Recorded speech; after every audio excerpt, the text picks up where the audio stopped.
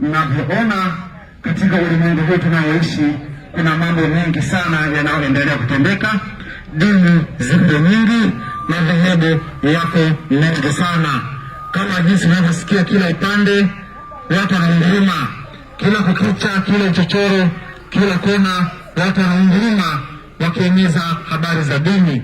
Lakini sisi tunavyotuona, hatuenezi habari za dini, hatuenezi habari za madhehebu, bali tunaeneza ukweli halisi katika nguvu ya mtu mweusi.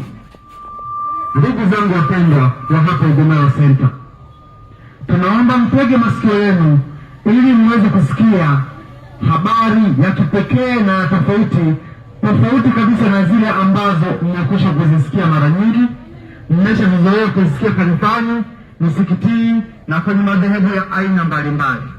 Lakini kwa leo mtakwenda kusikia habari ya tofauti sana. Tunawaomba mtege masikio na mpate kuchunguza kwa umakini sana, kwa utaratibu kabisa, ili kwamba mpate ufahamu wa kipekee na utofauti. Na lengo la mafundisho haya au lengo la ujumbe huu, tuweze kubadilika, tuachane na miungu migeni. Hiyo miungu ya namna gani? Tega sikio kwa umakini kadri tunavyoendelea kutusikia. Kwa majina yangu naitwa Lau Mhabama, ni mmoja kati ya wanafunzi wa mzaliwa wa pili, ni mgeni wetu wa ajabu na wa tofauti sana, ambaye ametumwa kutoka agiza kuu la vitu, kwa maana ufalme wa muumba wetu wa kweli, ambaye ni Luba Tete. Haya maneno yanaweza kuwachanganya au kuwashangaza. Luba Tete ndio nani? Luba Tete ndiye muumba wa mbingu na nchi na vitu vyote vilivyopo. Yeye hana mwanzo, hana mwisho, halinganishwi, hafananishwi na chochote, na hakuna mtu yeyote aliyepata kumuona au binadamu yeyote aliyepata kumsikia. Sasa ujumbe ambao tumewaletea kwa siku ya leo, hamjawahi kusikia wala kupata mahala popote pale, maana ni siri zilizofichika. Waliotuficha ni hao ndugu zetu wanaoleta dini, wanaoleta madhehebu. Kama mjuavyo, katika ulimwengu huu kuna hao wamishonari enzi ya ukoloni, walikuja kwetu katika bara Afrika kuleta dini zao, madhehebu yao na imani zao.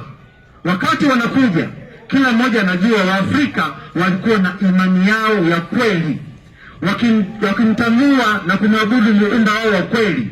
Walimjua kwa majina yake, ambayo majina hayo yalitambuliwa na mzee wetu wa kwanza ambaye ni Adamu. Wanamchakachua jina hilo la Adamu, lakini jina lake la awali kabisa, asili yake anaitwa Moto, na mke wake Eve anaitwa Moto. Haya ndio majina yao, ambayo popote pale walipo duniani majina yao ndio yalivyo, ndio hivyo. Kama jinsi wewe ndugu yangu unanisikia hapa, jina lako haliwezi kubadilika kwa namna yoyote ile. Kila nchi utakayokwenda, iwe China, Ufaransa au kwingineko kokote kule, jina lako halibadiliki. Vivyo hivyo majina ya wazee wetu ni hayo ambayo nimewatangulia kuambia, ambayo hayabadiliki. Sasa hawa koloni wazungu na damu mchanganyiko, kwa maana ya Waarabu na rangi zingine tofauti kabisa na mtu mweusi, walikuja katika bara, walisoma mambo yaliyo katika bara. Mwisho wa siku wakajua tamaduni zetu na mila zetu, wakaenda kwao, wakabadilisha historia ya mtu mweusi, wakatengeneza, wakatuletea historia zao na mambo yao. Na sisi wetu weusi, historia tulionayo tumeandikiwa na hao wazungu. Sasa ndugu yangu mpendwa, unayenisikia hapa Igomero, ni kuombe kwa usikivu na unyenyekevu wa hali ya juu, uyapime na kuyachuja haya tunayokwenda kuyasema, maana ni mambo ya tofauti na ya kipekee.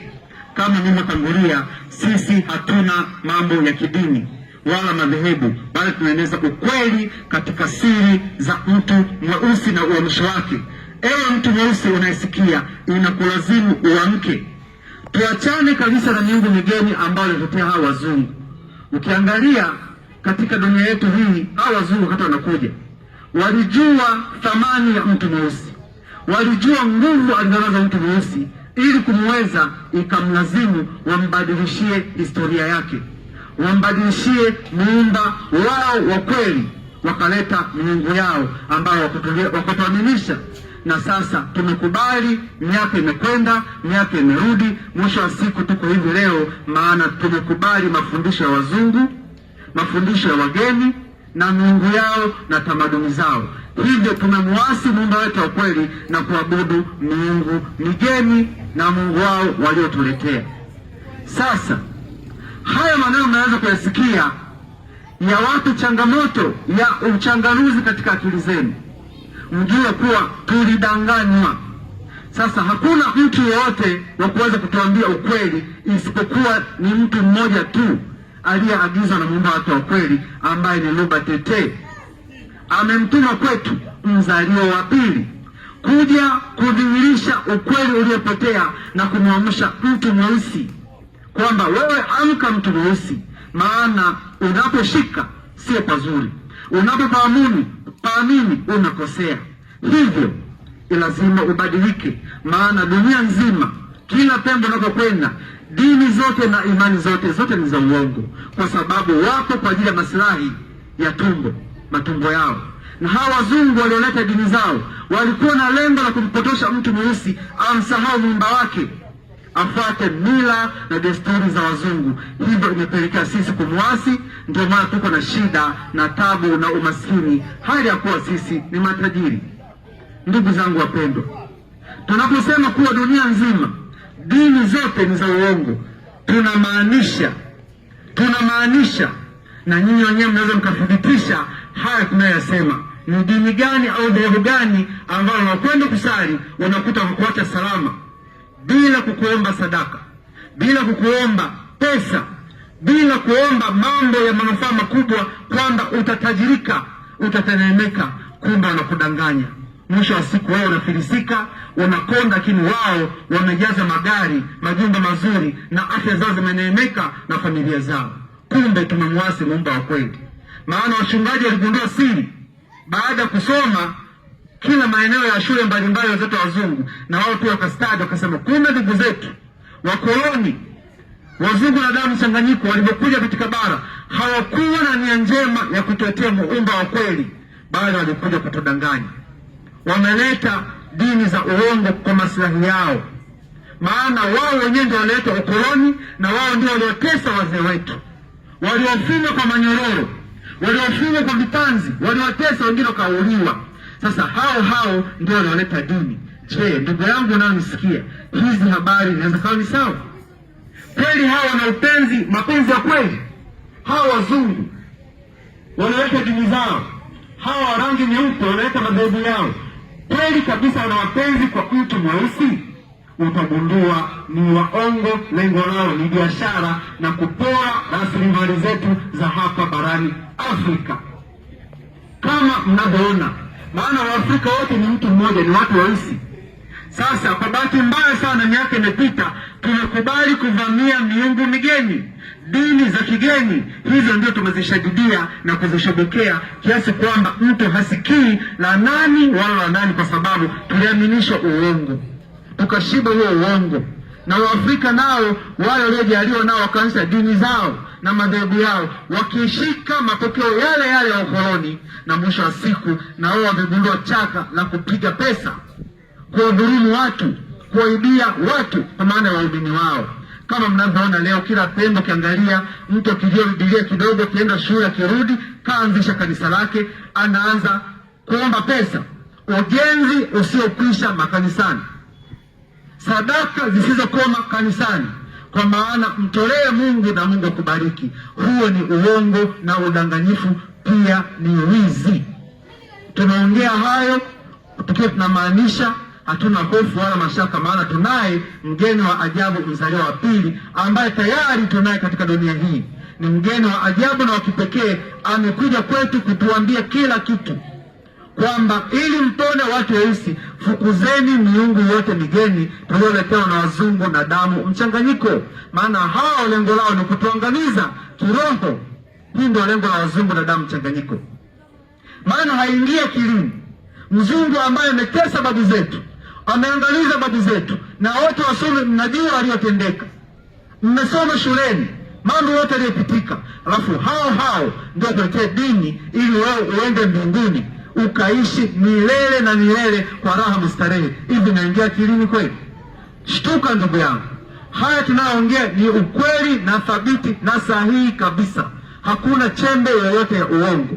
Na lengo la kuja kwetu hapa Igomelo kuwakumbusha tu ndugu zetu wapendwa, maana mmesahau, kwa sababu miaka imepita, miaka imeenda, tumezaliwa humo, tumekulia humo. Wazee wetu waliamini uongo, maana wao pia wazee wao walipigwa, walinyanyasika, walikubali hizi dini kwa shuruti, walipigwa sana, walinyanyasika sana ili kuzikubali hizi dini, lakini kwa sababu ya hofu na woga wakalazimika kuzikubali. Sasa kipindi chao kikakwisha, maana wao walifariki na sisi nasi tumepokea mapokeo ya wazee wetu. Kama mimi mzee wangu angekuwa ni Muislamu na mimi leo ningekuwa ni Muislamu. Wazee wangu walikuwa Wakristo na mimi leo ningekuwa Mkristo. Vivyo hivyo kama wazee wangu wangekuwa wanaamini Buddha, Mungu wa Wahindi wale au Mungu wa Wahindi wa China, na sisi nasi tungekuwa hivyo hivyo, ila kwa sababu ya koloni wa kizungu na hao wa Kiroma na Waarabu waliwahi, basi ndio maana tuko hayo na mapokeo yao na dini zao, ndivyo ilivyo. Sasa sisi tumekuja kwetu kuwakumbusha tu ili muweze kuyachunguza haya kwa umakini na utaratibu. Kwa duniani kwa sasa hivi tayari tunao ukweli. Ukweli umekwisha ingia, ni jukumu lako wewe tu kuchunguza na kuweza kuchukua hatua taratibu. Fukuza miungu migeni ili tuweze kupona. Ili uweze kwenda kuishi uzima wa milele kuupata, lazima ufukuze miungu migeni tulioletewa na wazungu, maana muumba wako yupo. Kwa mtu mweusi hana haja ya kuwa na dini, hana haja ya kuwa na dhehebu, maana dini na madhehebu ni kifo cha kiroho. Mtu mweusi asili yake ni mtu wa imani, lakini wazungu walipokuja wakamfanya awe mtu wa kidini, awe mtu wa madhehebu. Wanatetea kama kwamba dini hizo walizitengeneza wenyewe, kumbe tulidanganywa tu. Ndio maana ukiangalia katika midahalo mbalimbali huwezi kuona ushindi katikati ya midahalo ya Waislamu na Wakristo, huwezi kuona mshindi. Miaka nenda miaka rudi wanalumbana, na mwisho wa siku mshindi hayupo, kwa sababu wote ni wale wale tu, tumefuata miungu migeni. Hivyo ndugu yangu mpendwa, unayesikia maneno kama haya, yakupe changamoto ya kuchunguza kidogo kidogo, kwa kwenye dini unakokwenda, kwenye madhehebu unakokwenda, unapoteza muda wako, unapoteza muda, miaka inakwenda, na mwisho wa siku unafariki kwenye uongo. Hakuna manufaa yote.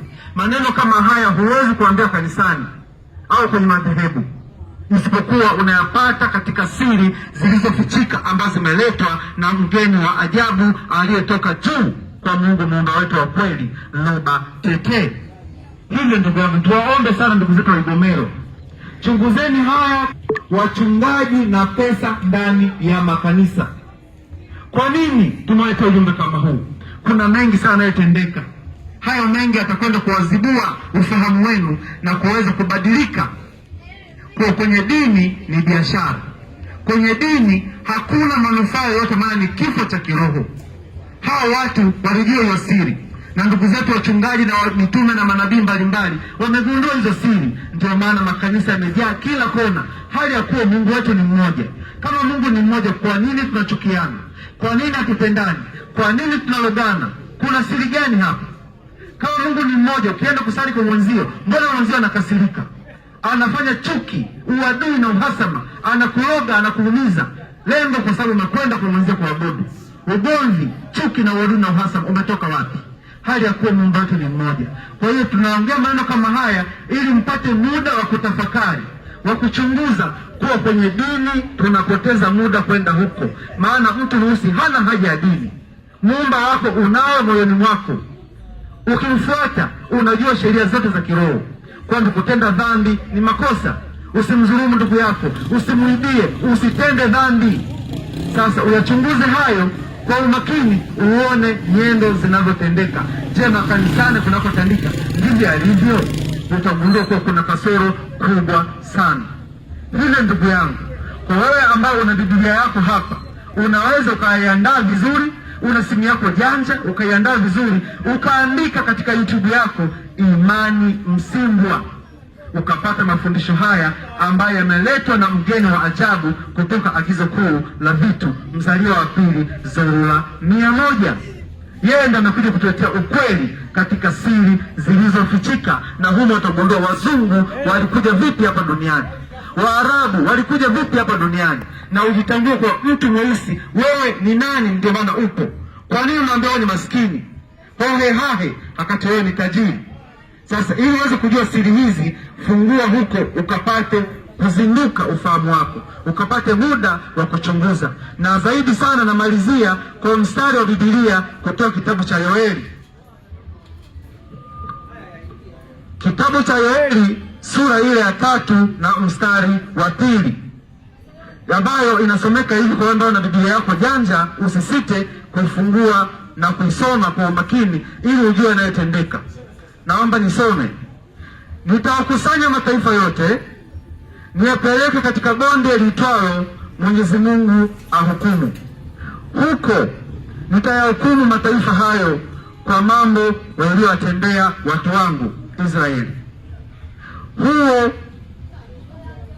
Hao walio mali yangu mimi mwenyewe, maana waliwatawanya miongoni mwa mataifa, waligawanya nchi yangu. Sasa ukisoma kitabu cha Yoeli kwa umakini na kwa utulivu, utagundua hapa Mwenyezi Mungu anaagiza atawakusanya mataifa yote ili aende katika bonde, na huko katika bonde atawahukumu. Hawa mataifa ni wakina nani? Hawa mataifa ni wazungu, Waarabu walioleta dini zao wakaiharibu nchi yake Mwenyezi Mungu wa kweli, ambao ni sisi watu weusi, taifa la muumba wa kweli. Ukiangalia katika hawa wakoloni walivyokuja katika bara, waligawanya bara la Afrika, wakalikusanya vipande, wakajibilikisha wenyewe. Ukaona leo hii hapa inaitwa Rwanda, hapa Tanzania, hapa Kongo, hapa Msumbiji, hapa Nigeria, hapa Cameroon. Ndio wenyewe waligawanya nchi ya Mwenyezi Mungu wa kweli ambayo ni bara la Afrika. Wakati wanakaa vikao vyao vya Berlin kipindi hicho mwaka 1884-85, wakigawana wenyewe nchi zipatazo 14 za wazungu tu, rangi nyeupe tu, wakiligawanya bara la Afrika kuwa mali yao, wabajimilikisha. Sisi wenyewe wa Afrika tupo, wazee wetu wapo, lakini kwa sababu ya hofu na woga wazungu wameingia, maana wametudhibiti, wametutawala. Hivi kapelekea sisi kudhibitiwa na hao koloni. Ndio maana leo hii tunabaguana, hali ya kuwa sisi watu wote ni mtu mmoja. Ufunguo ni Yoeli 3 sura ile ya 2. Kwa wewe ambao na Biblia unaweza kuchunguza haya tunayosema, kwa mtu mweusi wewe ndio Mwisraeli wa kweli, ndio Myahudi wa kweli, sio hao wazungu na Waarabu. Hao ni waongo, ni wezi, sio Wayahudi wa kweli, wameiba historia ya mtu mweusi. Kwa hiyo zingatia haya tunayosema, ukapate kuchunguza taratibu kuwa wazungu walileta miungu yao, walileta madhehebu yao, na lengo kummaliza mtu mweusi afe kifo cha kiroho. Hivyo kunavyoona dini na madhehebu ni maangamizi yako wewe mwenyewe unayesikia haya maneno. Usije ukasema mimi sijawahi kusikia ukweli kwamba mimi ndio taifa la Mwenyezi Mungu wa kweli. Mtu mweusi ni mtu wa thamani kubwa. Zinuka, shituka, fuatilia ukweli huu ambao huwezi kupata mahala popote pale duniani kwa kizazi hiki na karne hii, isipokuwa kwa mzaliwa wa pili, yeye peke yake. Naomba niishie hapo sasa, nimkaribisha kaka yangu aweze kuwathibitishia maandiko kwa nini kuna mambo ya sadaka kwenye makanisa. Wachungaji wengi wanawaibia watu, kwa nini kuna mambo kama haya yanayotendeka? Naomba yazingatie hayo, uyashikilie tuo kwa tuo. Muumba wetu ni mmoja tu, Muumba Tete, ambaye hana mwanzo hana mwisho, na mwalimu pekee dunia nzima kwa sasa hivi ni mzaliwa wa pili. Yeye peke yake, yeye ndo amefunua siri zote nyingi utakazosikia za muumba wako wa kweli, na mitume wote wa kweli, wote wa zamani zote, wote walikuwa ni weusi. Yeye ndiye amedhihirisha ukweli huo. Kwa hiyo usisite kufuatilia mafundisho haya ndani ya YouTube ili upate ukweli katika siri zilizofichika.